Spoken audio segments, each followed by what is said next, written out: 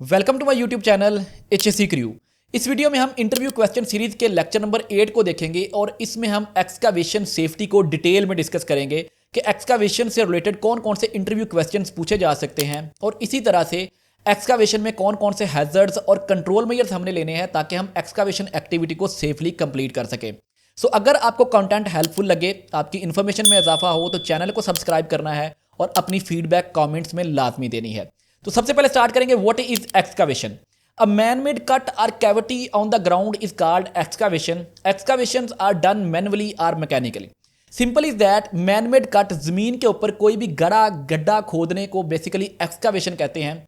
Excavation usually construction sites के ऊपर, जब भी कोई बिल्डिंग बन रही हो, कोई प्लांट इरेक्शन हो या कोई भी और एक्टिविटी, मतलब कि जिसे आप कहते हैं कि ऑन ग्राउंड कोई भी स्ट्रक्चर बन रहा हो, तो सबसे पहला जो काम साइट के ऊपर होता है वो एक्सकावेशन होती हैं।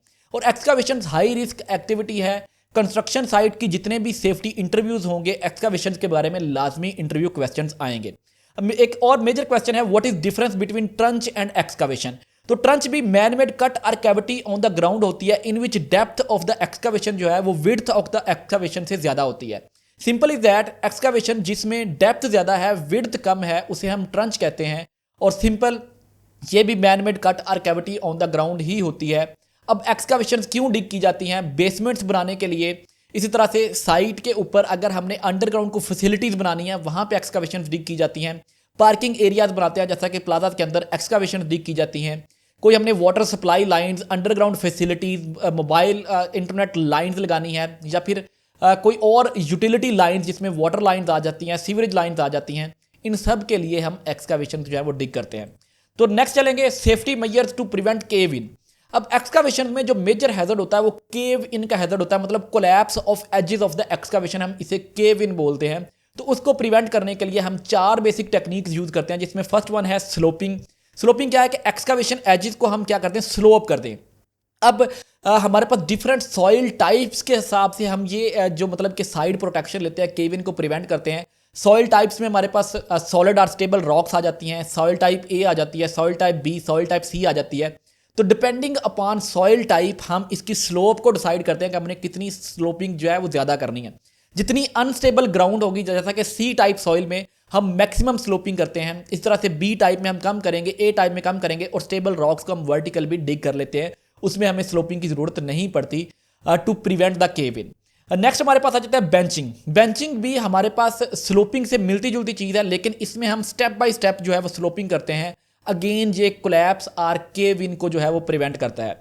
Next is shoring. शोरिंग में क्या करते हैं हम, स्काफोल्डिंग प्लैंक्स को लगा के दरमियान में जैक्स को इरेक्ट कर देते हैं, या फिर हम वुडन प्लाई शीट्स को लगा के दरमियान में जैक्स लगा देते हैं। ये हमारे पास वॉल्स को दरमियान में से सपोर्ट दे देता है और केव इन को इस तरह से प्रिवेंट किया जाता है, तो इसे हम शोरिंग कहते हैं।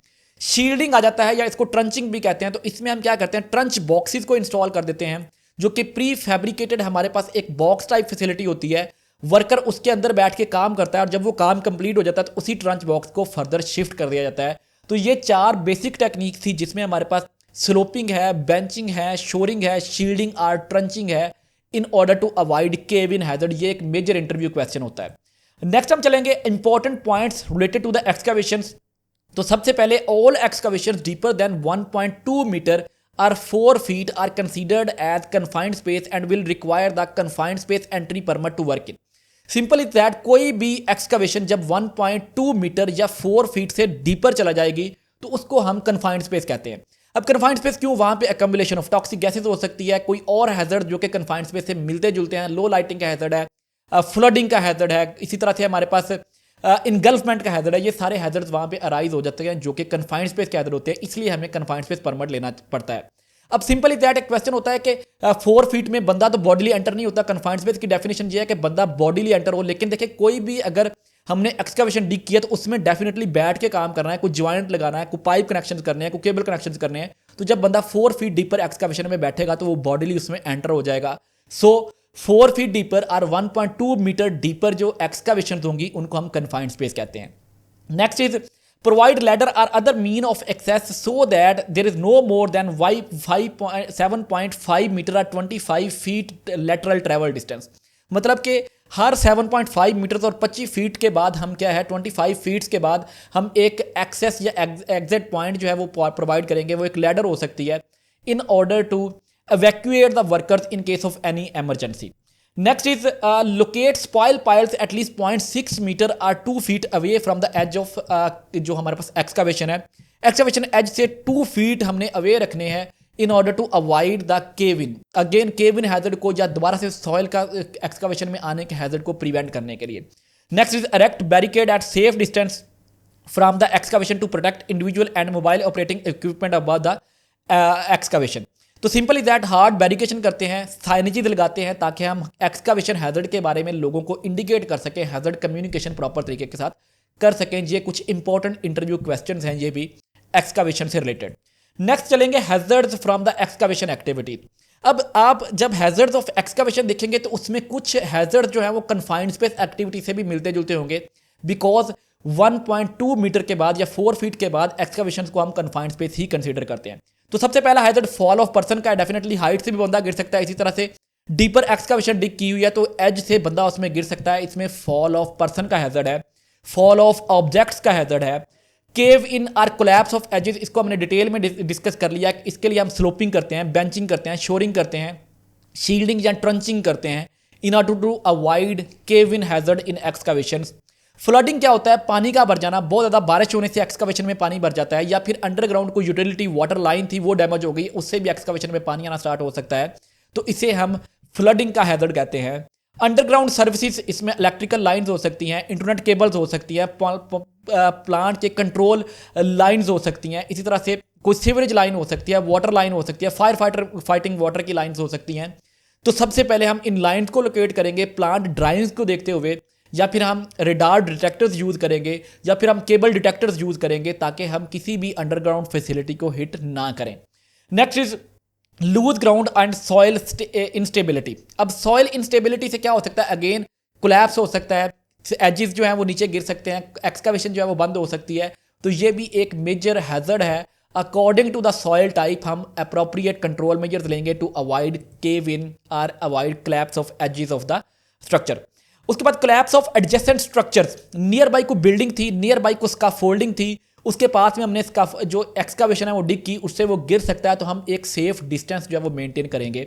इस तरह से डस्ट एंड पार्टिकुलेट मैटर्स जो हो सकती हैं, इनहेलेशन हैजर्ड है. डस्ट जब हम एक्सकावेशन कर रहे होते हैं तो हाई लेवल ऑफ डस्ट जो है वो वहाँ के एक्सपीरियंस होते हैं.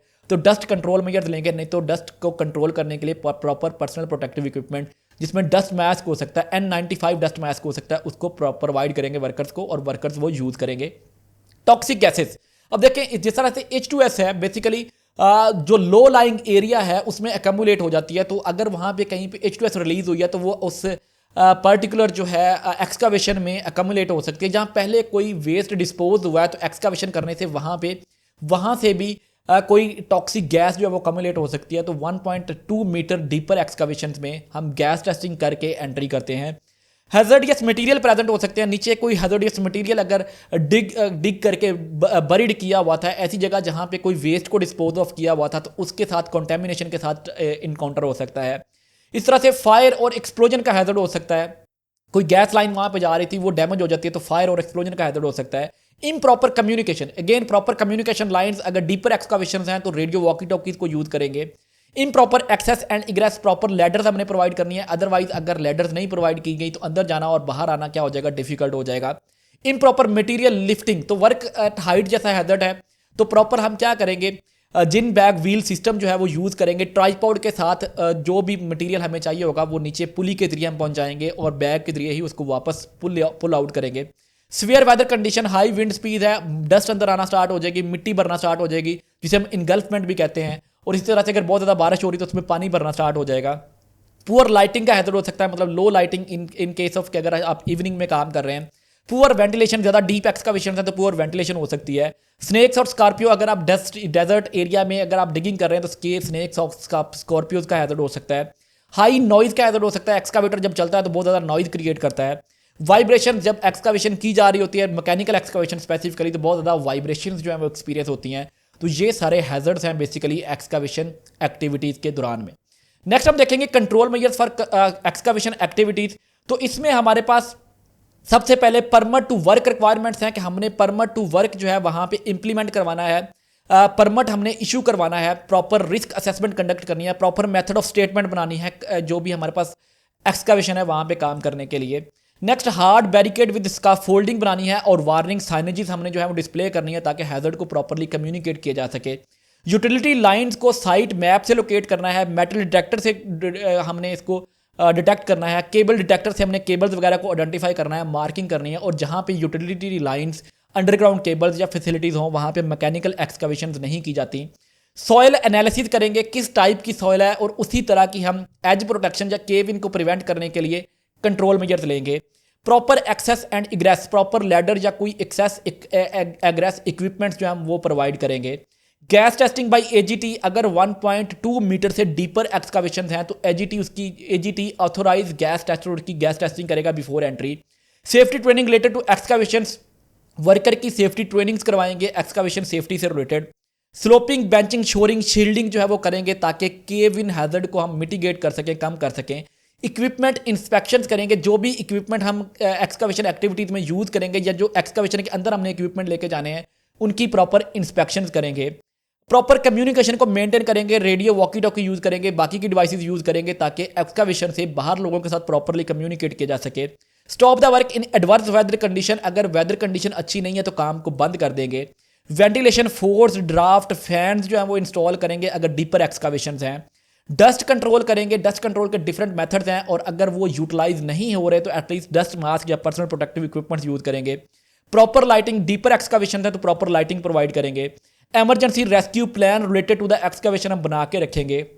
इसी तरह से नेसेसरी पर्सनल प्रोटेक्टिव इक्विपमेंट्स जिसमें हमारे पास फुल बॉडी हार्नेस हो सकती है, या फिर इसी तरह से एमरजेंसी ट्राइपॉड हो सकता है, या अदर पर्सनल प्रोटेक्टिव इक्विपमेंट जिसमें हमारे पास respiratory protective equipment, dust mask हो सकते हैं, फ्यूम मास्क हो सकते हैं, ब्रीदिंग ऑपरेटर्स हो सकते हैं, ये प्रोवाइड करेंगे ड्यूरिंग एक्सकावेशन एक्टिविटी या एक्सकावेशन काम करने के दौरान में, ताकि एक्टिविटी को सेफली कंप्लीट किया जा सके।